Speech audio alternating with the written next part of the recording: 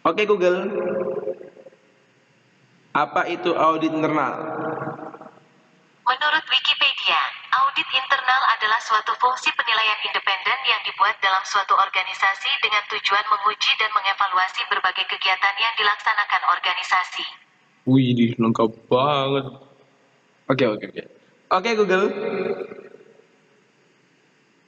Oke Google. Pekerjaan lapangan bagi auditor internal. Berikut beberapa informasi untuk tugas auditor lapangan. Menurut bptandahubungkreator.com, berikut teknik-teknik tersebut. Mengamati, mengajukan pertanyaan, menganalisis, memverifikasi, menginvestigasi, mengevaluasi. Wih, keren.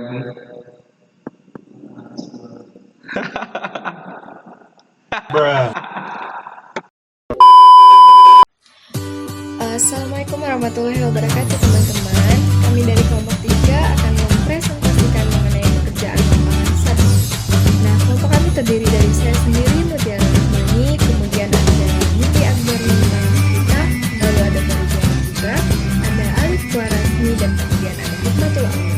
Langsung aja ya teman-teman, cekidot! Nah, sebelum kita lanjut materi, teman-teman boleh buka buku dulu, buku Sawyer yang halaman 243. Nah, kalau udah buka, kita lihat ya. Materi yang pertama yaitu ada proses dan tujuan pekerjaan lapangan.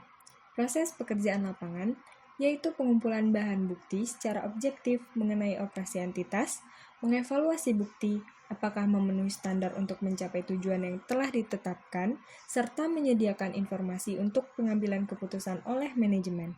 Nah, di sini ada istilah proses yang sistematis, yaitu mengimplikasikan langkah-langkah audit terencana yang dirancang untuk memenuhi tujuan-tujuan audit. Nah, istilah tersebut juga memiliki makna bahwa auditor internal akan menerapkan persyaratan profesional dalam melakukan audit, serta menerapkan penelaahan yang tepat saat mengumpulkan, menyusun, mencatat, dan mengevaluasi bahan bukti audit. Nah, yang selanjutnya ada tujuan pekerjaan lapangan. Apa sih tujuannya? Nah, yaitu untuk membantu pemberian keyakinan dengan melaksanakan prosedur-prosedur audit yang ada di program audit sesuai tujuan audit yang ingin dicapai. Nah, tujuan-tujuan audit yang terkait dengan tujuan-tujuan operasi memiliki sedikit perbedaan. Nah, kaitannya akan dibahas di bagian selanjutnya. Selanjutnya ada pembuatan strategi untuk melakukan pekerjaan lapangan. Pertama ada kebutuhan pegawai. Nah, sebelum kita melakukan pekerjaan lapangan, sebaiknya kita rencanakan dulu nih berapa banyak sih staf yang kita butuhkan untuk mengerjakan pekerjaan lapangan. Nggak semuanya bisa kita ajak stafnya. Jadi kita juga perlu memperhatikan jumlah serta kualifikasi seperti keahlian mereka, pengalaman mereka sebelumnya, dan disiplin ilmu yang mereka miliki untuk melakukan audit dengan layak. Nah, yang kedua ada kebutuhan sumber daya dari luar. Nah, jika staf audit kita yang tadi ini tidak ada yang memiliki keahlian khusus, maka kita bisa melibatkan pihak luar yang memiliki keahlian khusus yang kita butuhkan. Misalnya, kayak staf di bidang produksi, ada yang keahlian di bidang ekonomi, kesehatan, pekerjaan sosial, psikologi, pendidikan, dan kebutuhan lainnya. Jadi kalau misalnya staf kita yang tadi itu nggak ada yang memiliki keahlian khusus, ya kita membutuhkan sumber dari luar, jadi tidak apa-apa. Yang selanjutnya itu ada pengorganisasian staf audit. Nah, selain staf audit yang berkompeten, kita juga membutuhkan pengorganisasian yang baik di dalamnya. Misalnya kita itu membagi tugas sesuai dengan keahlian mereka. Jadi tidak asal-asal sehingga audit itu bisa berjalan dengan baik. Nomor 4, wewenang dan tanggung jawab. Karena dalam suatu proses audit melibatkan banyak staf, maka kita memerlukan koordinasi berupa struktur komando dari tim audit. Nah, dari tim audit yang sudah dikelompokkan sesuai dengan bidang keahliannya, tadi itu kita bisa menunjuk satu-satu dari mereka untuk jadi ketua, agar tidak ada miskomunikasi, sehingga pekerjaan lapangan ini bisa terstruktur dengan baik tanpa adanya kesalahan yang fatal. Selanjutnya, struktur pekerjaan lapangan. Nah, pada bagian ini, urutan-urutan program audit mulai direncanakan. Aktivitas yang berurutan saling berhubungan untuk meyakinkan bahwa terdapat susunan alur kerja. Jadi, staf yang ditugaskan pada aktivitas tertentu tidak harus menunggu auditor lainnya menyelesaikan aktivitasnya. Yang keenam, yaitu waktu pelaksanaan pekerjaan lapangan. Nah, karena aktivitas yang dilakukan bersamaan dengan aktivitas lainnya, maka diperlukan suatu teknik. Di sini contoh di buku ada teknik PRT. Apa sih PRT itu? Nah, PRT adalah program Evaluation and Review Technique. Artinya, teknik menilai dan meninjau kembali program yang sebelumnya kita jalankan. Tujuannya adalah untuk mencapai estimasi tahap-tahap kerja dan waktu keseluruhan. Nah, estimasi waktu harus mencakup aspek administratif, estimasi untuk kegiatan non-operasi, dan pendokumentasian serta penulisan draft laporan audit yang berisi hasil-hasil pekerjaan lapangan. Ketujuh, yaitu metode pekerjaan lapangan. Di sini ada 6 metode yang bisa kita gunakan nih, yaitu observasi, konfirmasi, verifikasi, investigasi, analisis, dan evaluasi. Bagi auditor ini penting untuk memilih metode mana sih yang akan kita gunakan yang sesuai nih. Dan penting juga untuk menyiapkan kelengkapan dalam menggunakan metode yang akan dipilih. Yang kedelapan, ada metode pendokumentasian. Bagian ini melibatkan akumulasi bahan bukti dan penyiapan kertas kerja. Bagian ini membutuhkan antisipasi hasil-hasil metode pekerjaan lapangan dan juga penggunaan akhir dari audit. Nah, teman-teman, seperti yang kalian ketahui, pendokumentasian pasti udah tahu kayak mana pendokumentasian itu. Nah, jadi selama kita mengerjakan pekerjaan lapangan, kita juga melakukan pendokumentasian untuk bukti-bukti dari laporan. Ini beneran gak sih pekerjaan lapangan ini dilakukan sama mereka? Beneran gak sih mereka ini terjun ke lapangan? Jadi, adalah metode pendokumentasian ini dibuat. Nah, yang kesembilan ada penyiapan laporan. Struktur laporan seringkali dirancang pada awal proses audit. Struktur makro dari laporan harus kita rencanakan terlebih dahulu. Hal ini merupakan tahapan penyajian temuan audit dan kerangka kasar dari bagian-bagian laporan. Juga struktur mikro laporan atau metode pengujian. Nah, yang selanjutnya atau yang terakhir yaitu rencana kontingensi. Rencana ini biasanya disusun untuk menghadapi situasi ketika audit tidak berjalan sesuai dengan rencana kita. Kontingensi ini harus diantisipasi dan kerangka harus disiapkan untuk menghadapi situasi-situasi seperti kekurangan staf. Misalnya, ketika kita melaksanakan pekerjaan lapangan, stafnya tiba-tiba sakit, ditarik dari penugasan, pindah, dan lain sebagainya. Selanjutnya, tidak ada bahan-bahan yang bisa diaudit, indikasi bahwa kondisi proyek tidak material, indikasi mendadak tentang adanya kecurangan atau kejahatan, halangan yang material dari klien, misalnya kurang berminat, menolak kerjasama, menahan bahan bukti, atau yang lainnya. Nah, audit ini harus direncanakan sehingga situasi yang tadi yang mungkin terjadi memiliki alternatif tindakan yang bisa kita ambil dengan mempertimbangkan situasi yang biasa atau yang buruk. Ya, selanjutnya adalah pembahasan tentang tim audit dengan pengarahan mandiri. Jadi, tim audit ini merupakan sebuah unit operasional yang terdiri dari ahli-ahli di berbagai bidang audit. Nah, tim ini sendiri terpisah dari manajemen tradisional perusahaan yang biasanya beranggotakan direktur, wakil direktur, asisten direktur, supervisor, manajer, dan karyawan. Keputusan yang dibuat oleh tim audit ini adalah hasil kerjasama antara ahli dan pimpinan tim. Lalu selanjutnya tanggung jawab yang diterima oleh tim ini dibagi rata ke seluruh anggota tim, termasuk apabila terjadi kegagalan ataupun mereka mendapat penghargaan. Sebenarnya inovasi tim audit dengan pengarahan mandiri ini memiliki banyak kekurangan ya. Teman-teman bisa baca sendiri di slide ini. Ya, lalu selanjutnya ada audit berhenti kemudian lanjut. Di dalam audit berhenti kemudian lanjut ini intinya adalah menganjurkan kepada auditor untuk berfokus pada hal-hal yang bernilai tinggi bagi perusahaan gitu. Jadi apabila auditor mengaudit departemen A gitu, lalu tidak menemukan indikasi adanya resiko-resiko yang substansial atau penyimpangan yang potensial, maka auditor hendaknya stop dulu gitu di departemen itu, lalu pindah ke departemen selanjutnya gitu. Jadi auditor nggak hanya stuck di satu departemen dan membuang-buang waktu gitu kan. Jadi dengan audit berhenti kemudian lanjut ini, maka auditor dapat menghemat waktunya dan melakukan lebih banyak audit setiap tahunnya. Lalu selanjutnya, komite audit dari Dewan Komisaris The Edison diperkenalkan dengan teknik audit ini dan kemudian menerapkannya dengan alasan yang pertama, memaksa tujuan aktivitas audit untuk memusatkan sumber dayanya pada hal yang beresiko tinggi dan aktivitas-aktivitas dari perusahaan dan memberikan komite audit keyakinan bahwa lebih banyak upaya audit yang dihabiskan pada hal tersebut daripada bidang-bidang beresiko rendah. Jadi seperti yang sudah saya katakan sebelumnya gitu, bahwasanya audit ini tuh menganjurkan auditor untuk berfokus pada hal-hal yang bernilai tinggi atau yang beresiko tinggi gitu. Yang selanjutnya, memungkinkan fleksibilitas auditor untuk berhenti kemudian lanjut guna mengurangi atau meningkatkan lingkup audit dan memotivasi auditor untuk fokus pada aktivitas-aktivitas perusahaan yang akan menghasilkan temuan-temuan yang paling bermanfaat dan bernilai tinggi bagi organisasi. Jadi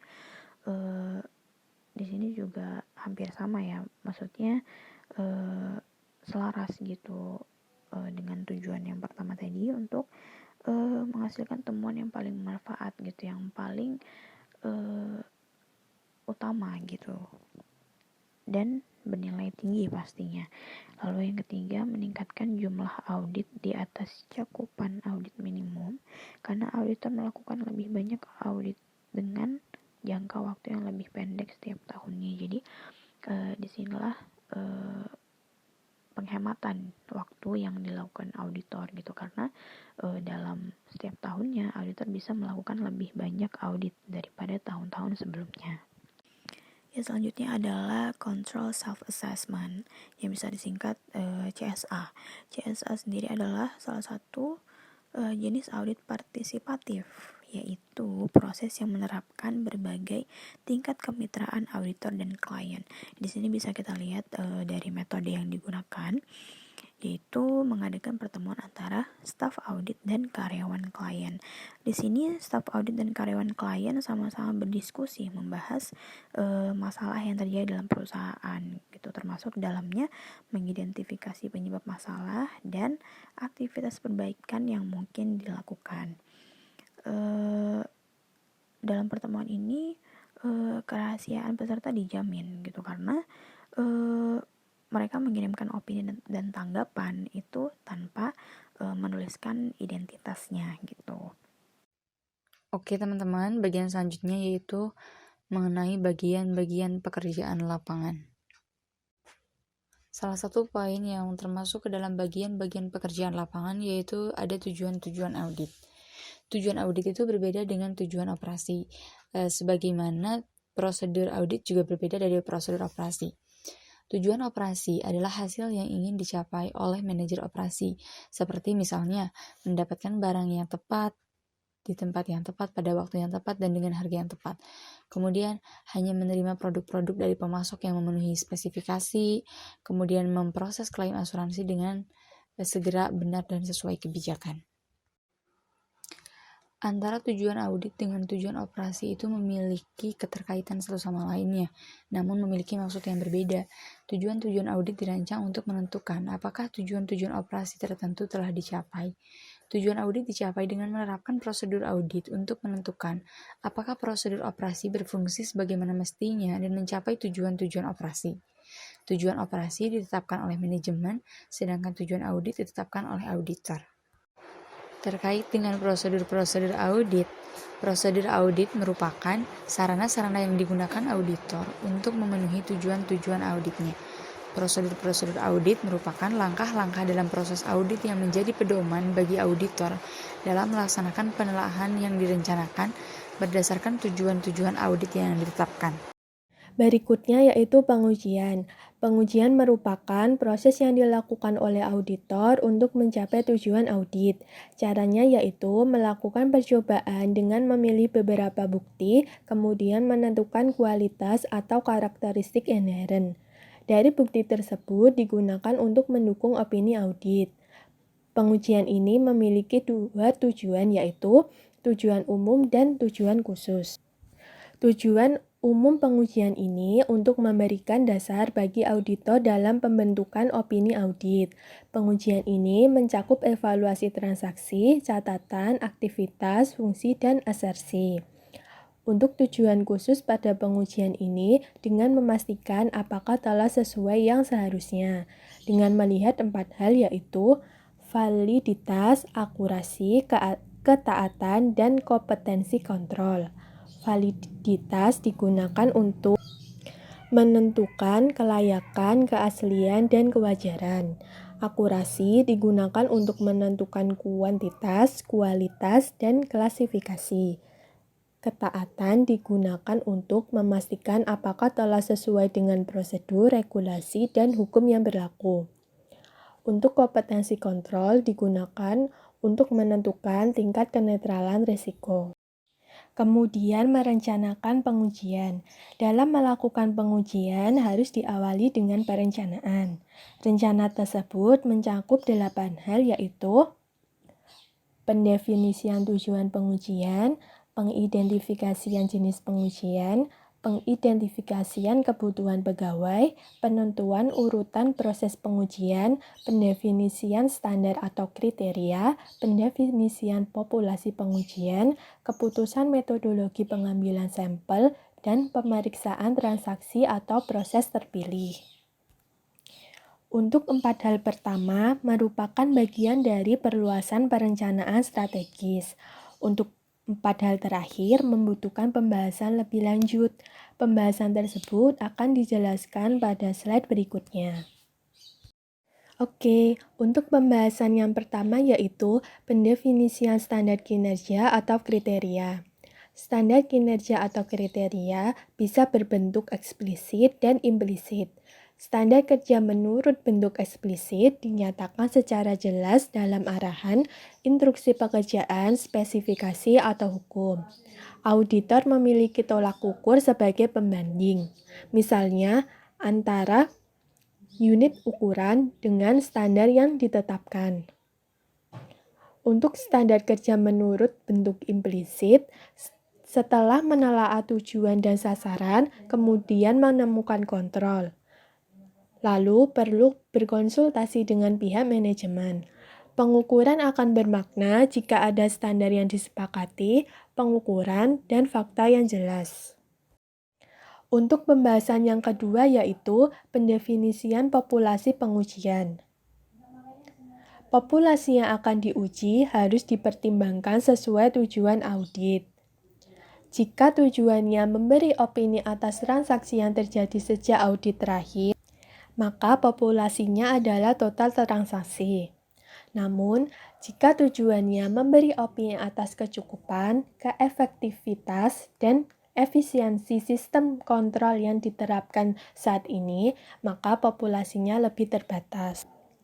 Untuk menentukan populasi pengujian, auditor harus mencari bukti sebagai pendukung dan juga menentukan karakter dan lokasi populasi. Untuk pembahasan yang ketiga yaitu metodologi pengambilan sampel yang akan dilakukan. Pemilihan sampel harus mengikuti rencana yang sesuai dengan tujuan audit, baik melalui pertimbangan ataupun metode statistik.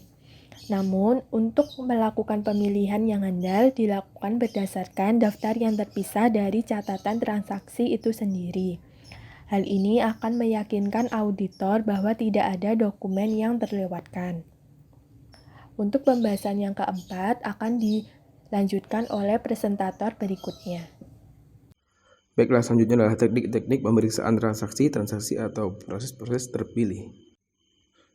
Yang pertama adalah mengamati. Mengamati itu ya dilakukan oleh auditor internal untuk melihat, memperhatikan, tidak melewatkan hal yang dianggap penting. Contohnya kayak persediaan di gudang, kok cuman segitu padahal tiap minggunya banyak yang masuk ke dalam gudang, kok yang diteliti ketika auditor internal memeriksa kok segitu doang. Nah, itu perlu mengamati namanya. Dan yang kedua adalah mengajukan pertanyaan. Pertanyaan itu diajukan selama proses audit dan bisa secara lisan atau secara tertulis. Kalau lisan biasanya wawancara, kalau tertulis biasanya kuesioner. Contohnya kalau yang tertulis ya kayak itu, contoh yang ada di buku ya, ini contoh kuesioner SOP, standar operasi pelaksanaan. Oke, yang ketiga, menganalisis.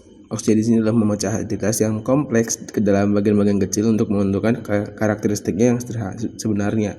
Nah, contohnya kayak perusahaan kalau ada bagian penjualan tuh ada yang menjual peralatan dan perabot kantor yang tidak dipakai lagi. Nah, nanti akan dicek tuh proses penawaran dan penerimaannya kayak gimana.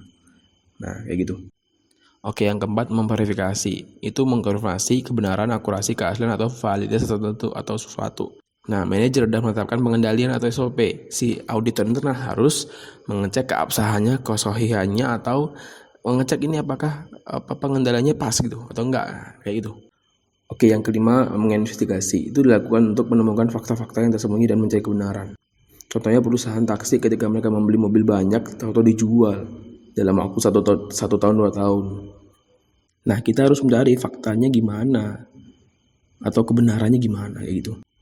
Oke, yang keenam adalah mengevaluasi, menimbang apa yang telah dianalisis dan menentukan kecukupan dan efisiensi dan juga efektivitasnya. Jelasnya itu auditor harus memikirkan bagaimana meringankan penyakit yang ada di perusahaan ketika mereka menemukan diagnosanya, kayak gitu, kayak dokter lah istilahnya, gitu lah ya. Oke, sip. Oke, sekian dari kami. Tadi dibuka oleh Mutiara Rahmani dan ditutup oleh saya, ya. Syukron dan thank you dan matur suwun. Wassalamualaikum warahmatullahi wabarakatuh.